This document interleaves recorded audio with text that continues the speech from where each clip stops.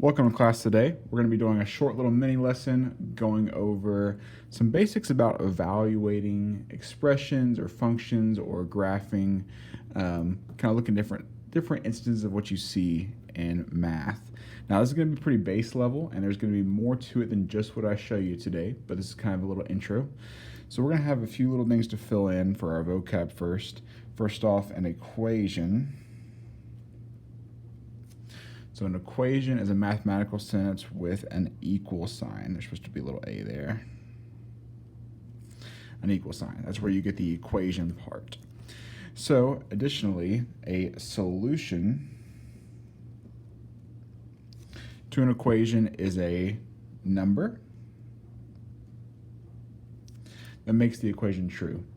Now, we usually use the word answer or kind of whatever root. I mean, we have lots of terminology that we shorten it for, but ultimately a solution is what we're looking for as the number that makes something true. So if we look at this first example here, we have 170 plus x equals 200 for x equals 30. Well, all we're going to do here is plug this piece x equals 30 into the x, because it says when x equals 30, so for the x, you put a 30. That's what happens here. Well, 170 plus the 30 from the x is equal to 200. That's true. So we see, yeah, that means that 30 is an answer. But on the same part of this, if we say, what about if x is negative 40? Well, then, using that same formula from over here, the x is now negative 40. So 170 plus negative 40 is actually 130. It's not 200. So no, false. So all we're doing is just plugging something in, plug a number in, see if it's actually a solution. In this case, this is not a solution. Well, this could be different forms. You could also try all sorts of numbers. You could try 0. You could try whatever number you want to see if it's a solution or not. So as we get into more and more variables, there's more answers, or there's a set of answers, or different things like that. We'll see as we go on. But we're going to go ahead and do one more problem on this piece of paper, and then we'll move on to our next sheet. The rest of this is going to be for a future lesson, so stay tuned for that. So we have P1, which is my listing for problem 1. It says P squared minus 28 equals negative 24. Okay, that's a little weird. We haven't had a squared yet, but obviously, hopefully at this point, you know what squared means. Okay, it means you take the thing, put it in parentheses, and I say the thing, whatever input, whatever number you're trying, needs to be in parentheses, and then it's going to be squared. So we'll see what that looks like in a minute. But we're supposed to see if p equals negative 2, 2, and 0 are solutions. Now, not all three of them, maybe at once, but we're going to test each one to see. And we'll talk more about how many solutions an equation has. But for now, let's just go with the basics and try these out. So let's try the p equals negative 2. So if it's going to be a negative 2 for that p, I do negative 2 squared. I'm going to do a little arrow just so you know where I'm going. So negative 2, it needs to be in the parentheses. If it's not, you could have an error. So for example, if this negative sign was out here or you didn't write the parentheses, then you might, if you put it in your calculator will say 2 squared and then put a negative out front. Well, we know because two negatives multiplied together gives you a positive, that negative 2 times negative 2 is going to be a positive 4. Let's keep working.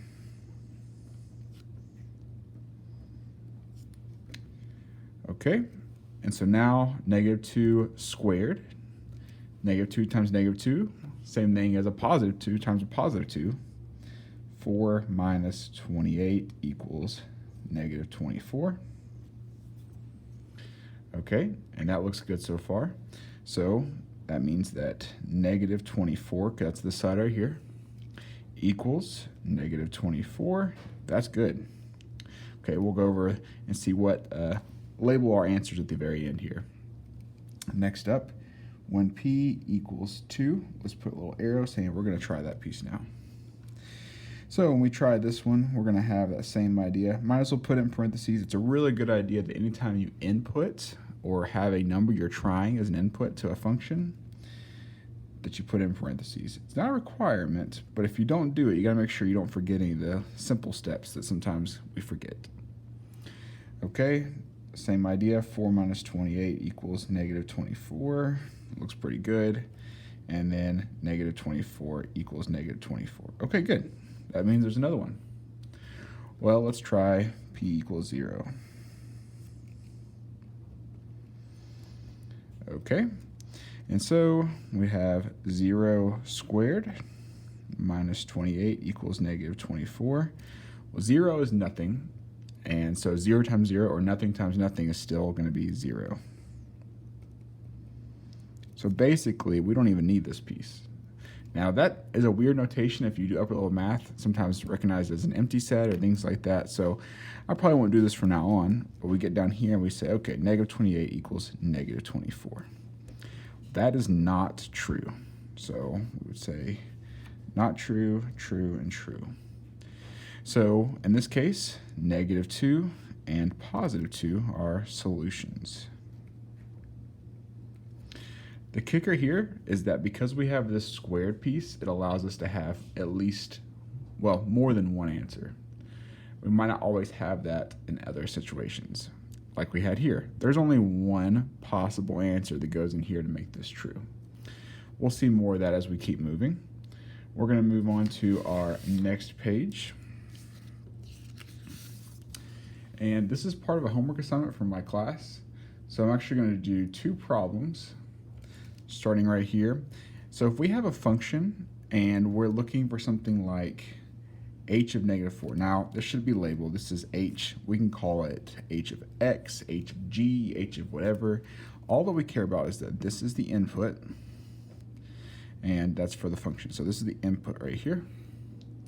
And so we have our input. That means the input's negative 4. Also known as, basically, the x is negative 4. That's what that means there. So if our x is negative 4, here's what we do. We say, okay, we have this weird picture, but let's go to where the graph is negative 4. So x is the x-axis. It's the horizontal one. So negative 1, negative 2, negative 3, negative 4. Now, it's not just wherever I land. I actually have to go find where the graph is here. So the graph is down here. Okay, that's where that graph is. So there's a point there, and that point is negative 4, because we do x, y, and then negative 2, because it's down. So the answer is not the input at all. It's just whatever the function pops out to be. So if you plug in a negative 4, you get the y value. So our answer is going to be negative 2. So the idea is you have an input, you got an output. So we have something we find this way, and then we see where the answer is this way.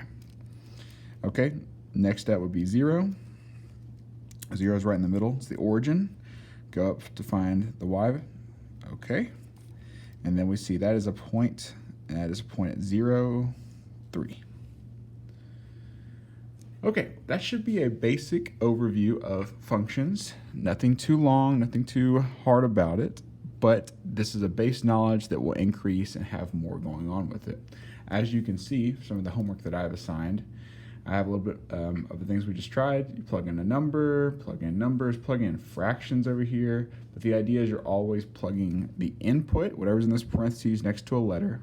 The letter represents a function, and you see what you get.